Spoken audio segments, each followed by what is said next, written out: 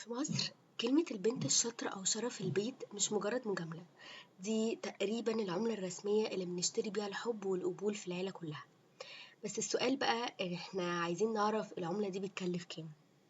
يا مساء الخير، في بودكاست لك الساعة 7 مع نور كل تلات وخميس. دي الحلقة الخامسة من مش لازم نتفق. سوري الأول عن إن أنا صوتي تعبان شوية، بس وحشني الكلام معاكم فقلت هسجل الحلقة دي حتى لو صوتي تعبان.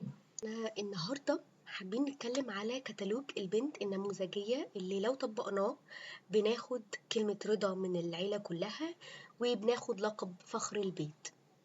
تعالوا نبدأ من الأول خالص من كتالوج العروسة.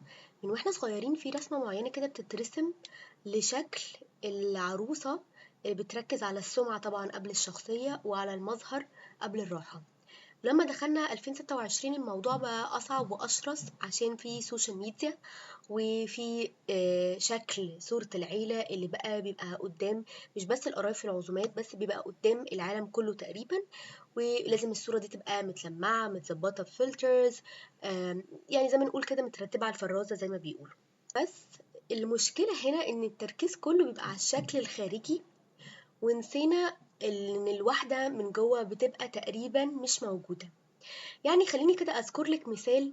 كم مرة كنت في تجمعات العيلة وطلعوكي على المسرح بسبب آرائك وبسبب تصرفاتك وبسبب ان انتي بس فتحتي بقك بحاجة مخالفة، مش هقول للمجتمع بس هقول للأفكار السائدة في المجتمع.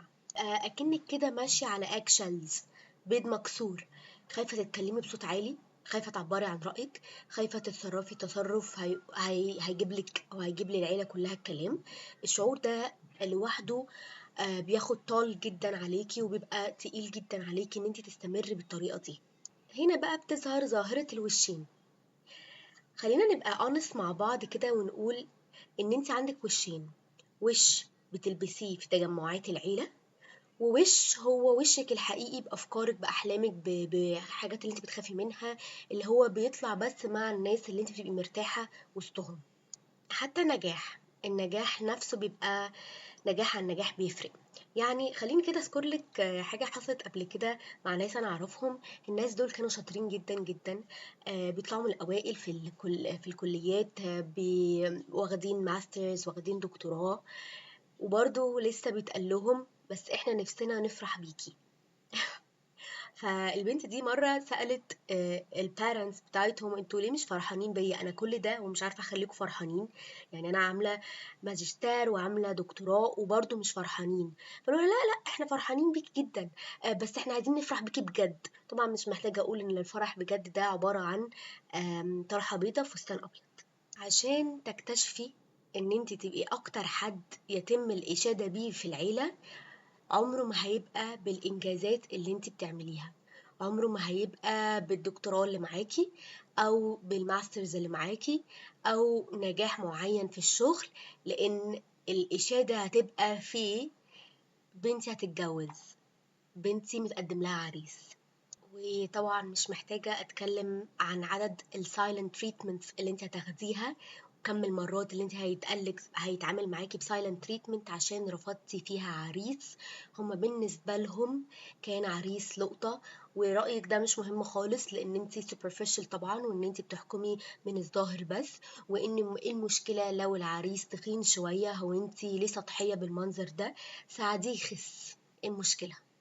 بعيدا طبعا كمان عن ان المجتمع هيصنفك ان انتي عندك بتعملي خيانة للأهل وخيانة للعيلة لو ظهر ليكي صوت أو شخصية معينة والشخصية دي مخالفة للمعتقدات والعادات والتقاليد بتاع المجتمع المصري المتدين بطبعه طبعا. أنا برضو مش عايزة أبقى متحاملة على العيلة، واحنا عايزين نستبلش حاجة كده ان هم بيحبوكي، هم فعلا بيحبوكي.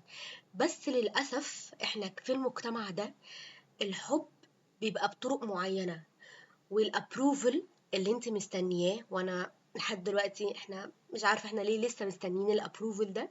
بس الابروفل اللي احنا كلنا مستنيينه هيبقى ابروفل بشرطة. يعني ايه ابروفل بشرطة؟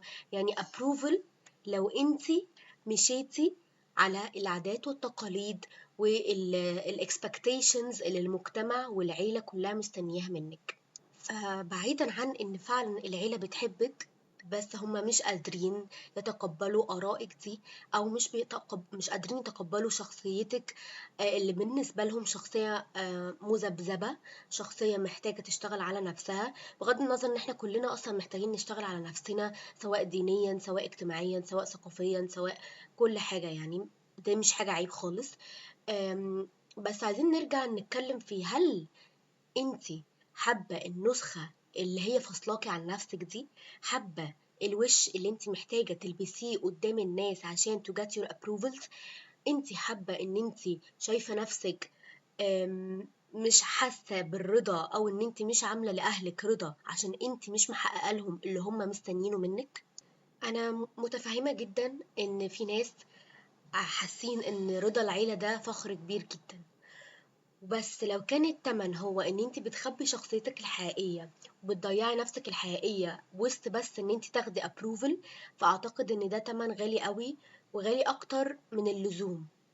اعتقد ان احد الحلول اللي احنا ممكن نتبعها عشان نقلل من حتة ان احنا عايزين رضا الاهل بطريقة مستميتة دي، ان احنا نبقى true to ourselves، يبقى نبدأ نحط boundaries، نبقى honest مع نفسنا، ان احنا بنحاول وحاولنا كتير قوي ان احنا نكسب رضا الاهل ورضا العيلة ورضا المجتمع، بس هو كده كده مش هيرضى، لان كل واحد فيهم عندهم معتقدات معينة هم عايزينها، ومش المفروض ان احنا نابايد باي الرولز اللي هم حاطينها عشان بس ناخد approval from others، او ناخد رضا من الاخرين عشان نحس بشوية satisfaction، وان احنا قد ايه فخر للعيلة كلها. لو حاجة بتغير لنا نفسيتنا ونفسنا بطريقة مؤذية لينا، اعتقد ان احنا مش محتاجين نابايد باي، ومش محتاجين ان احنا نسيك approval from others، لان واضح ان احنا حاولنا كتير جدا جدا، والابروفل هو approval بشرطة. فلو وصلت لحد هنا فشكرا جدا جدا. لو حابين نتكلم اكتر في الموضوع ده، او حابين نتكلم في مواضيع تانية، يا ريت تشاركيني في الكومنتس، وما تنسيش تعملي لايك وسبسكرايب عشان نتكلم اكتر مع بعض في بودكاست لك الساعة 7 مع نور كل تلات وخميس.